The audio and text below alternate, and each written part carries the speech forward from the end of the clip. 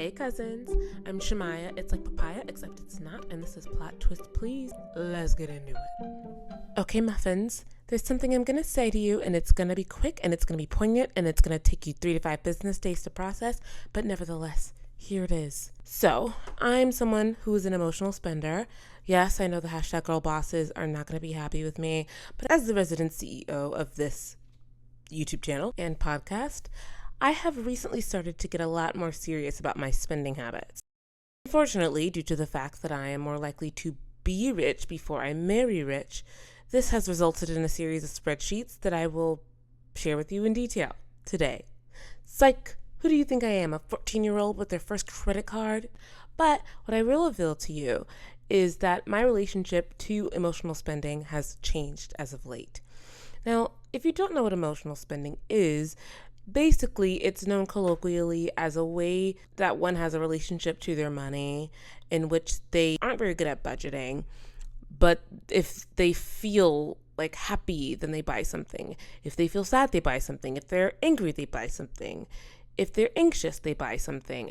And purchasing, maybe it's buying food, maybe it's buying a treat, a cute little treat, maybe it's buying clothes.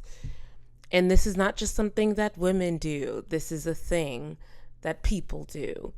Even though you might be, it might be marketed differently. But people tend to be emotional spenders. And what comes with emotional spending is not being able to save as much money because you're spending it. I know, really, really wild conclusion. Just pulled that out of nowhere. But back on track we go because we're getting off it, as we do on this podcast. Today we're talking about debt.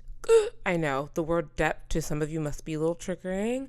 It's all good, we're here together. But what we're actually talking about isn't the financial kind of debt. We're talking about relationship debt. And it's a trend I'm seeing online a lot these days. Now, there's a lot of relationship drama on the big web, both platonically and romantically, and it's getting weird. Like it's giving not demure at all. Like it's I know. I'm a little late using that word. Cut me some slack, y'all. But what I tend to see regularly when opening my clock app for some doom scrolling is a lot of people being upset about how someone is handling a breakup, friendship breakups, lying, cheating, being left on red, and the like. Things that we feel are a reflection of someone being indebted to us. Someone owing us something. And I'm not saying that people are wrong to feel that way. I'm not saying that some people aren't owed their things. But as the resident autistic in the room, I have learned a few things about how non-autistic people go about these ordeals just from observing as autistic people do. And today I want to talk about my findings. But first, this is Plot Twist Please, a place where I like to use pop culture in order to help make our brains a little cozier. Specifically neurodivergent brains, but also all brains are welcome. If you can relate, then you can relate. Welcome. Feel free to like this video if you like my face or the things coming out of it. Share it with a friend too. Sharing really makes a big impact on the podcast. It helps the most in the algorithm, so feel free to do that. Okay. Let's get into it. Here's what I'm going to do. I'm going to start off with things I found that make people really mad about relationships generally. And then I'll talk about the difference between things that make autistic people mad versus non-autistic people in comparison. Oh, the oil is seeping into my eyeball. Oh my God. Sorry, I'm wearing makeup. That's what I'm trying to say, is that there's makeup in my eye. Okay, we're back. I don't know if we're better than ever, but we are back. Anyways, I thought it was important to talk about this because I'm finding that a lot of the incongruence, a lot of the confusion between autistic people and non-autistic people and the frustrations in our relationships with one another, that tends to come up when we just don't understand each other. And sometimes it's frustration because we don't vibe and one person's way of loving someone is completely different than the way that someone desires to be loved, and that's fine, and sometimes it's a mismatch in that regard, but sometimes we just need to listen, and this is my attempt to make that happen. Hopefully it helps. So the first thing I'm going to talk about is dishonesty, and this one is probably the least surprising of the ones that we're diving into today. For a lot of non-autistic people, it seems that blatantly lying is decidedly morally wrong, not socially acceptable at all. But also, cheating can be interpreted as lying because it requires you to lie in order to do it successfully. And like, it requires you to lie over and over again. But then that gets confusing because some people don't count emotional cheating as cheating at all, whereas for some people it's the worst kind of cheating.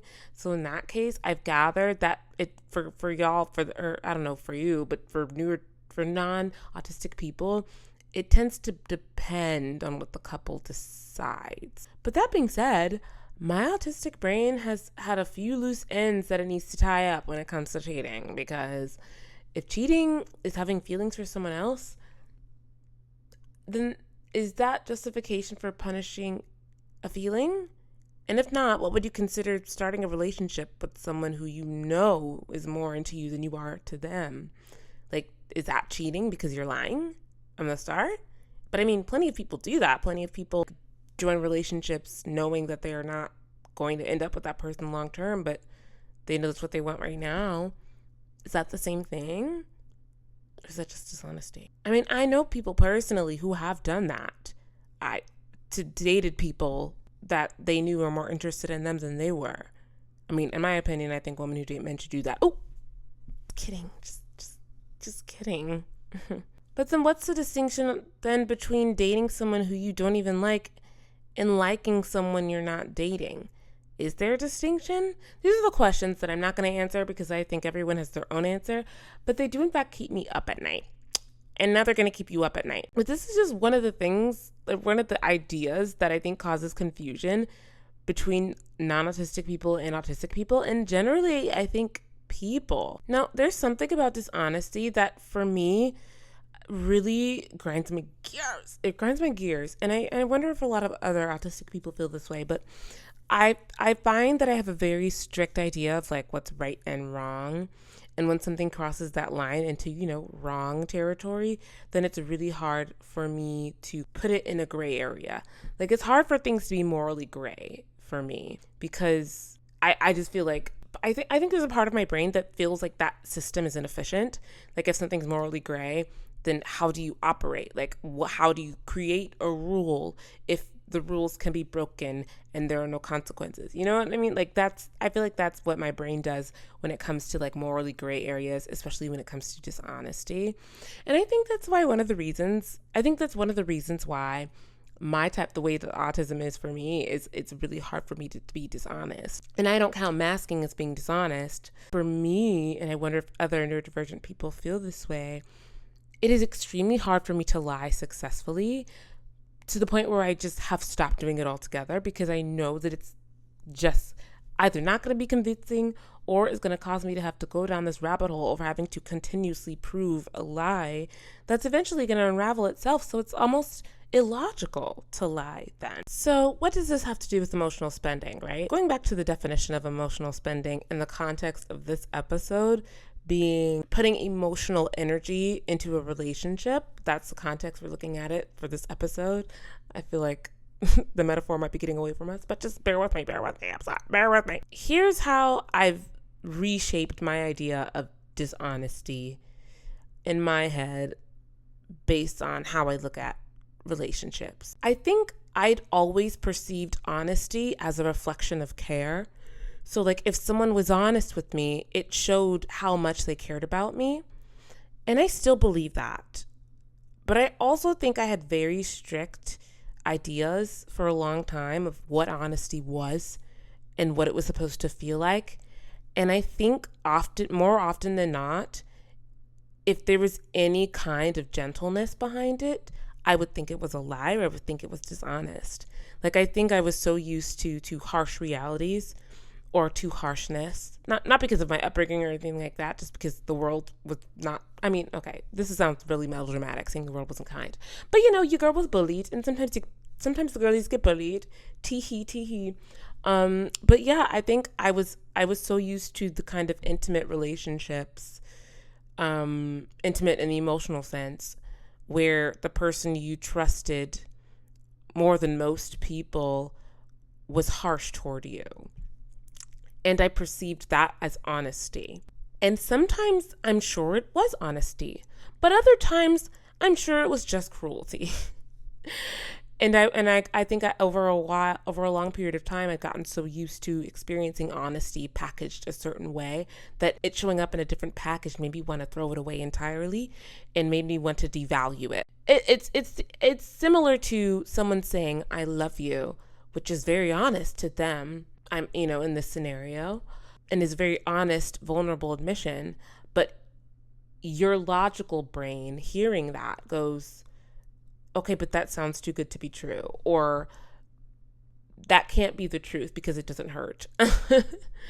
And what I had to learn too, what I've learned recently is people, autistic or not, well, most likely not autistic, will think they are being honest with you when they are still sugarcoating. Like, they'll think that they are being the most honest they can possibly be, but they will package it in a certain way, in a fluffier way, simply because they care about you, not because they're trying to deceive you, but because they deeply care about your feelings. And I used to have this whole holier than thou idea about what honesty is supposed to look like and feel like. And because sometimes someone's honesty toward me meant being a little lighter to the touch, meant packaging it in a compliment first.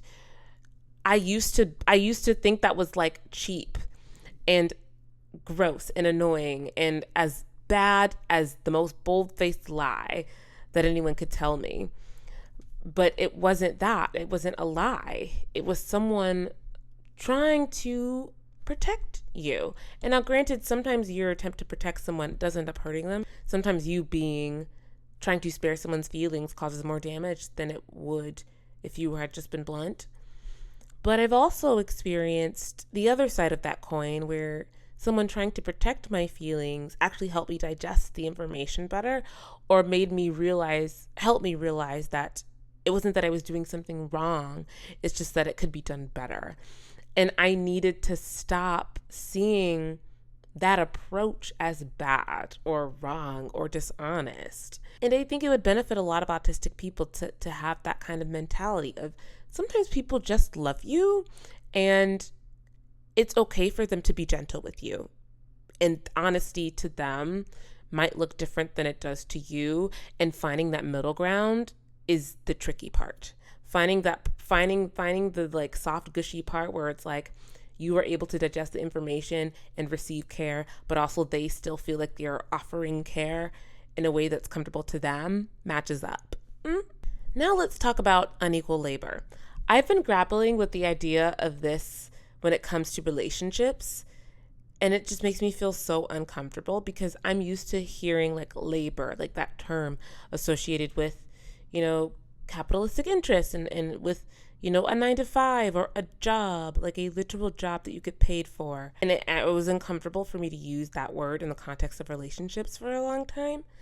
But relationships are labor. Like, relationships should have blissful moments and should bring you support and should bring you softness and joy, but they're also work. It's labor. Like, having relationships literally requires you to step outside of yourself.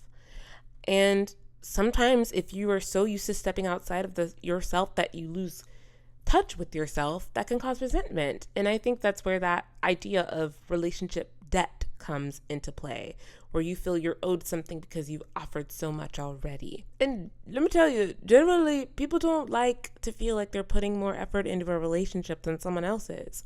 Emphasis on the feel like. Because I've also found that people can clock mentally when something isn't reciprocal and end up creating this bank of unreciprocated labor in the back of their minds, which can ultimately build that resentment I was talking about. It's just rawr. And whether it's romantic or platonic, it's disappointing when someone doesn't seem to care about you as much as you care about them. Now let's look at this from an autistic point of view.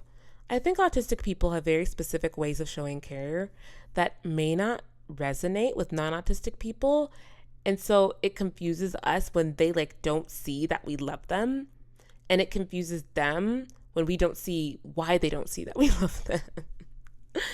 and we can get the short end of the stick too. Like, autistic people, I think, either end up overestimating or underestimating how much we mean to other people. And I know that's actually really hard to hear and to think about, because that sucks to think about. Maybe somebody doesn't care about me as much as I care about them. But, specifically that part. But that happens. And that doesn't just happen to us. That happens to everyone. But I think we're so used to it happening. And we're so used to it happening just because of the way our brains work. Now, this phenomenon I'm about to talk about right now is something that people with ADHD, I've come to find, experience as well. But I used to do that thing where I thought that if I put a ton of love into a bucket and leave the bucket somewhere, I can leave that bucket there for a year, and when I return, the bucket is still going to be full. But that's not how it works for a lot of people. We'll get to that soon. But basically, my object permanence game is really good.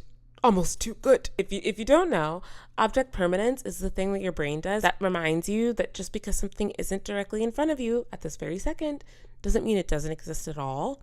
It doesn't vanish from existence entirely just because you can't see it right now. That's what object permanence reminds you of. And for a lot of autistic people, that looks like this. We contact a friend once a month that's literally our best friend, and we feel so close to them, and that's as often as we need to talk to them. You know what I realized, though? A lot of us don't communicate often with our close friends because we don't see a need to. And that comes down to our reasons for communicating at all.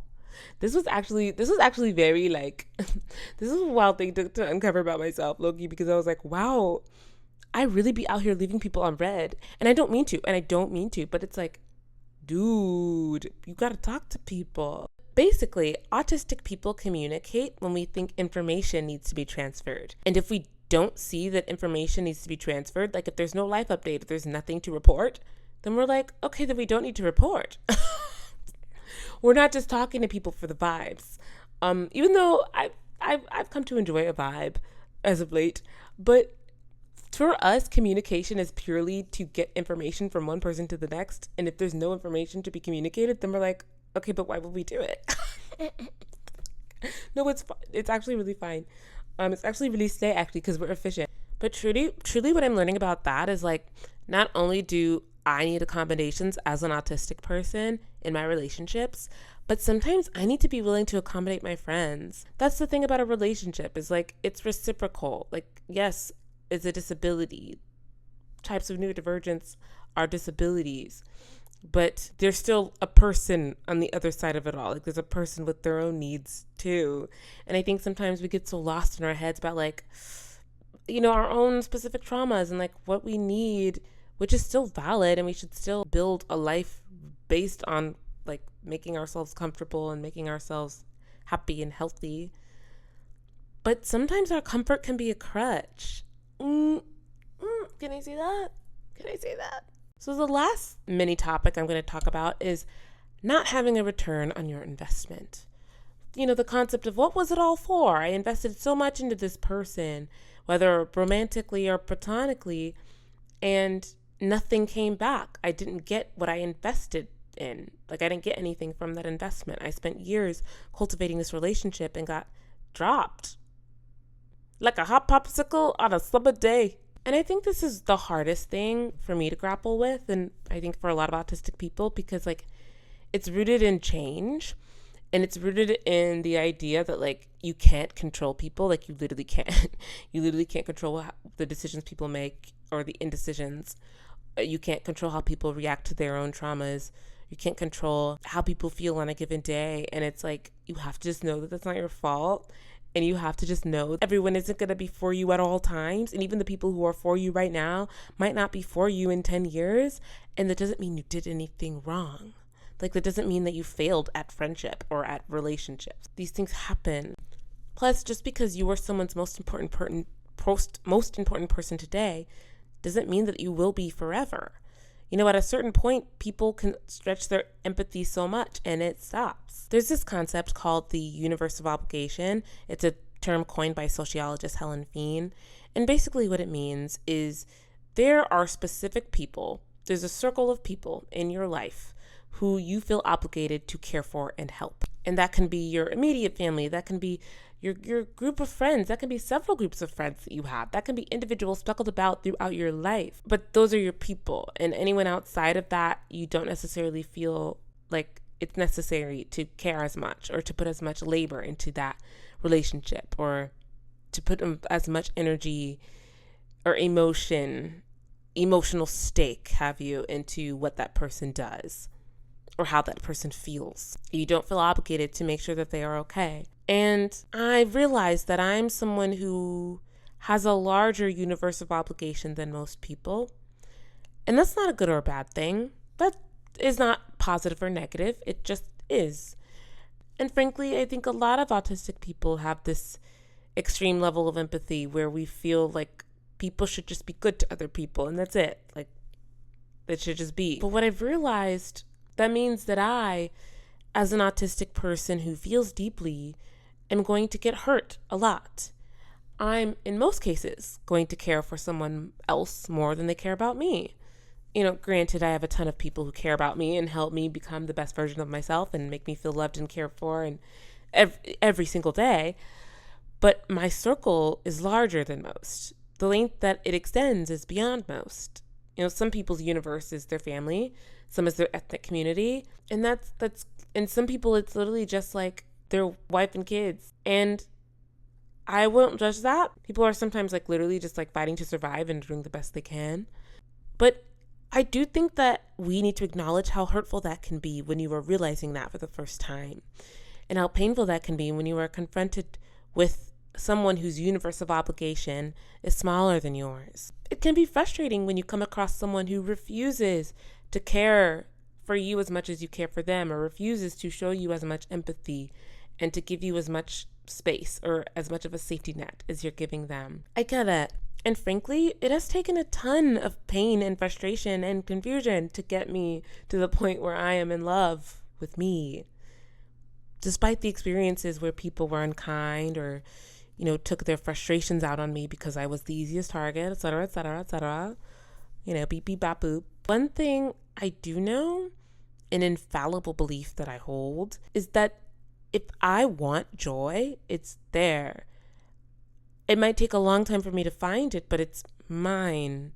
As someone who was bullied, who was Black, who was a woman, who was autistic, who pays rent by herself, who has relationships that she prayed for in middle school, who has gotten hurt and lived to tell the tale, I can honestly say that sometimes a fight, but like it's worth it. Like it's worth it to go for those relationships. It's worth it to make brave choices in spite of someone being clumsy with you. And it might take a while for you to find your people, but they are probably looking for you as much as you are looking for them. Now, granted, you have to decide what you'll accept. I have to contend with the fact that some people will love taking that caretaker role in a romantic or platonic situation. Like some people love just pouring empathy and pouring care into someone who doesn't return the favor. And that is hard for me to contend with, child. Listen, that's hard for me to contend with as a former people pleaser. But I feel like I had to learn that lesson on my own too. Like I had to figure that out. And we eventually do. But whether you're trying to figure out if someone is indebted to you emotionally or trying to figure out if you are being treated fairly in a dynamic, I hope that you know that your value exists outside of your relationships. And maybe your cognitive brain knows that and your heart just needs to catch up. But literally, you by yourself without attachment to anyone else are valuable. You are not your relationships. You're not your girls' trips. You're not your brunches. You are not a romantic dinner on a rooftop. You are you and everything that encompasses. And someone should consider themselves lucky to be able to spend time with you. But you wouldn't dare rush it. I will say, in the process of finding those people who see you truly, and sometimes can be a long road and you might want to give up. But I promise you, you really can handle another heartbreak. You really can handle another disappointment because you did it before. You've got 100% success rate handling disappointment and trying again. So try again. All right, that's all I have for you today. Don't forget to like, share, and subscribe. Be blessed. Stay weird. Good night.